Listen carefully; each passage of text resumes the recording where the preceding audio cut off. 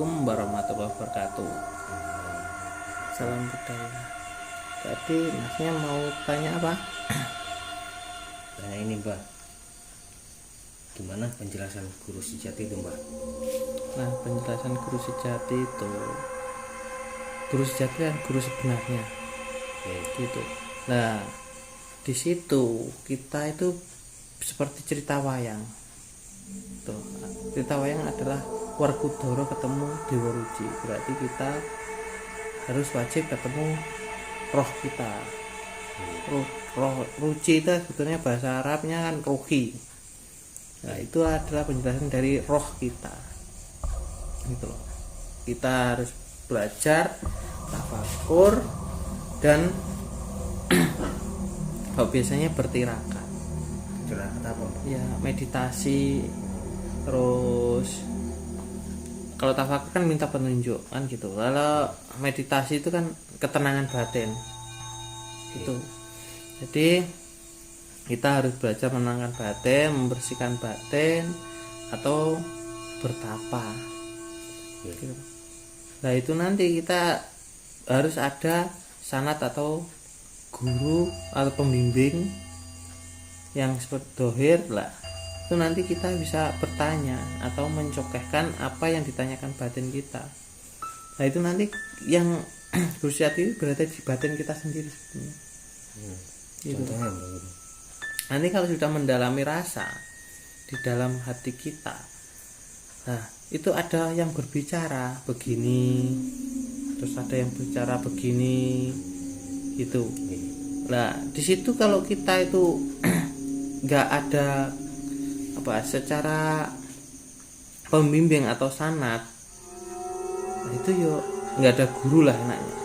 Bukan guru sejati kan ada guru. Nah, itu nanti bingung apa yang harus kita lakukan. Gitu. Contoh di dalam hati berbicara, berpuasalah mutih selama 1 bulan kan gitu. Perintah di dalam hati.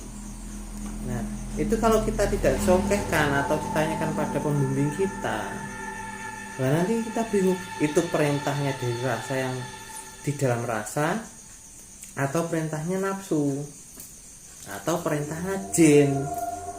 Nafsu ya Mbak? Kalau nafsu itu ya memerintahnya nanti akan menjerumuskan, ujung-ujungnya akan menjerumuskan, gitu loh. Sesat lah ya. Ya belum sesat lah itu kan, maksudnya kalau sesat belum, tapi nanti akan mengecewakan hasilnya. Gitu. Kalau jin nanti ujung-ujungnya kita akan takluk, akhirnya sesat kalau jin.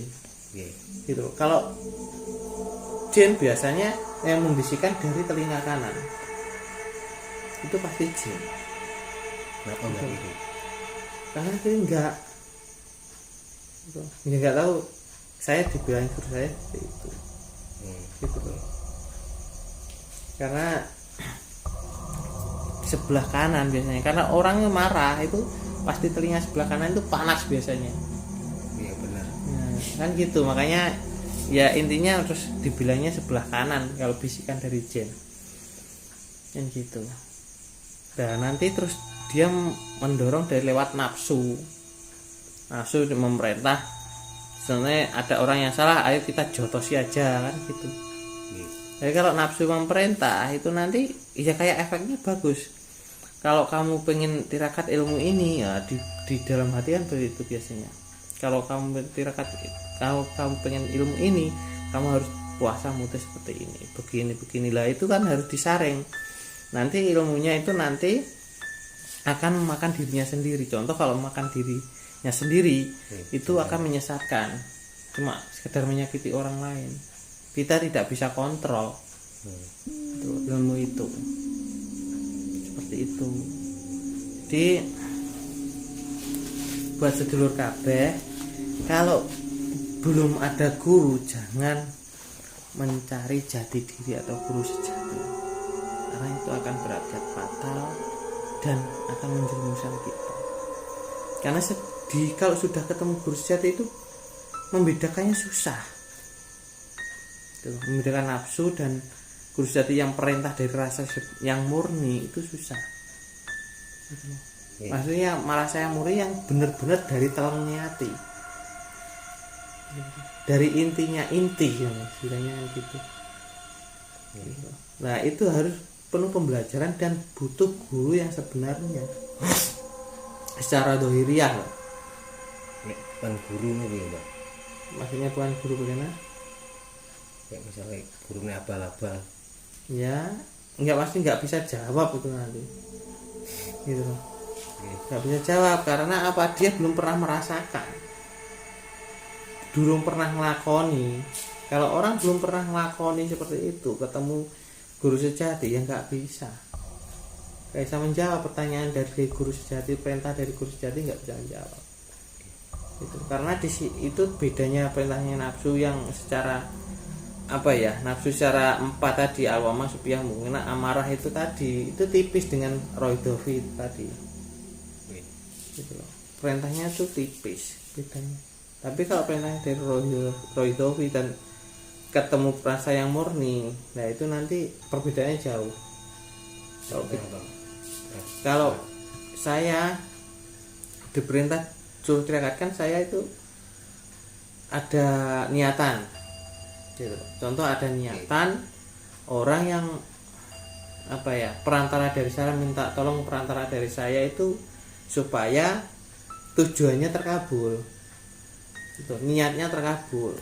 Nah saya tanya dalam diri saya sendiri, dalam batinnya saya sendiri, nah itu butuh ketenangan gitu. Kalau kita tenang pasti akan berjati akan menjawab. Tapi kalau kita itu tanya secara emosi, nanti nafsu yang keluar. Keadaan emosi, keadaan was-was itu nanti nafsu yang keluar. Tapi kalau kita keadaan tenang, santai, rileks, tanpa beban pikiran, itu nanti rasa yang yang menjawab gitu loh. Nah terus kita lakukan apa perintahnya dari dalam itu. Nah saya disuruh untuk ngerawat. Rawat itu apa? Ya cuma makan sayur saja, nggak makan nasi selama 1 bulan. Nah terus kajat orang yang itu minta tolong itu sebagai perantara saya itu, sebagai sayanya perantara. Nah nanti kalau saya nggak menyebut perantara, nanti sok apa ya, sok sombong. Nah itu nggak enak karena netizen itu apa ya, semua itu bisa dibolak-balikan faktanya. Benar. Nah maha benar kan gitu, dibolak-balikan faktanya dan selalu benar kayaknya gitu loh. Jadi akhirnya apa yang ditujukan, yang ada niat itu terkabul, terjadi. Tapi kita harus berdasarkan dengan hakul yakin bahwa yang merintah di dalam itu adalah rasa yang murni. Tapi kalau rasa yang murni tidak bisa saya sebutkan itu siapa. Kalau orang yang belum pernah jagungan dengan Bano sendiri, apalagi saya pajang, saya jabarkan di YouTube, nggak bisa, nggak berani saya. Gitu. Nanti penyalahpahaman pasti itu. Gitu. Saya bisa menyebutkan cuma rasa yang murni. Gitu. Jadi YouTube itu baik untuk menyalurkan ilmu, menyalurkan pengalaman, itu bagus supaya banyak orang yang tahu dan mengerti tentang hakikatnya.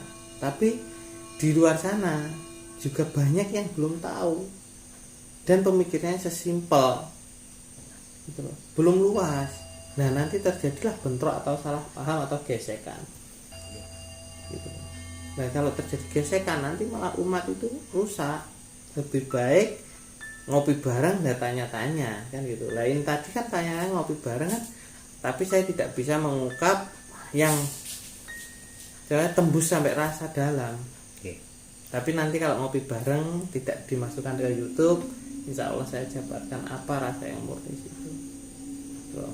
Jadi YouTube itu luas, jangkauannya luas. YouTube itu bisa membangun kita, bisa menguntungkan kita, bisa menyesatkan kita juga bisa. Iya benar. Nah, bisa memasukkan kita ke penjara juga bisa. Nah YouTube itu efeknya sangat kuat. Jadi kalau kita itu buat konten di YouTube yang baik, berhati-hati berucap kan gitu. Kalau belum waktunya kita mengucapkan jangan diucapkan walaupun kita tahu yang sebenarnya. Iya. Dan gitu. Jadi masnya tadi kan sudah paham Iya. tentang guru sejati. Nah segitu saya penyampaiannya gitu. Dan menyebutkan guru sejati itu siapa ya nanti di luar video Iya. gitu loh. Jadi buat masnya, buat apa pengikut Mbah No atau fan Mbah No, jangan lupa subscribe and like video saya, komen boleh asal sopan. Kalau emang pengen konsultasi langsung ke rumah Mbah No nggak apa-apa, atau hubungi nomor Mbah No 085815439090. Langsung Mbah No sendiri yang akan menerima dan membalas tanpa admin, tanpa biaya. Konsultasi terserah dari hal yang medis dan non medis, silahkan. Jadi seperti itu. Kalau Mbah No bisa membantu, saya akan membantu. Kalau emang tidak bisa berarti kan belum jodohnya. Iya. Tapi yang utama itu adalah gratis, free. Yang penting kita bisa sholat 5 waktu dan melaksanakan perintah-perintahnya Allah Subhanahu wa taala. Gitu. Jangan lupa bersedekah, beramal kepada yang membutuhkan. Tuh. Jadi banyak di luar sana yang membutuhkan. Tuh. Jadi jangan sampai terus kalau badan kita sehat, rezeki kita banyak, terus lupa dengan sedekah. Akhirnya hukum karma akan berlaku. Kan seperti itu. Jadi cukup sekian. Bila ada salah kata ucapan saya ya Mas ya, ya mohon maaf lahir batin. Seluas-luasnya lautan masih luas hati kita. Jadi saya mohon maaf dengan hati yang tulus. Wal taufiq wal hidayah. Wassalamualaikum warahmatullahi wabarakatuh. Salam budaya.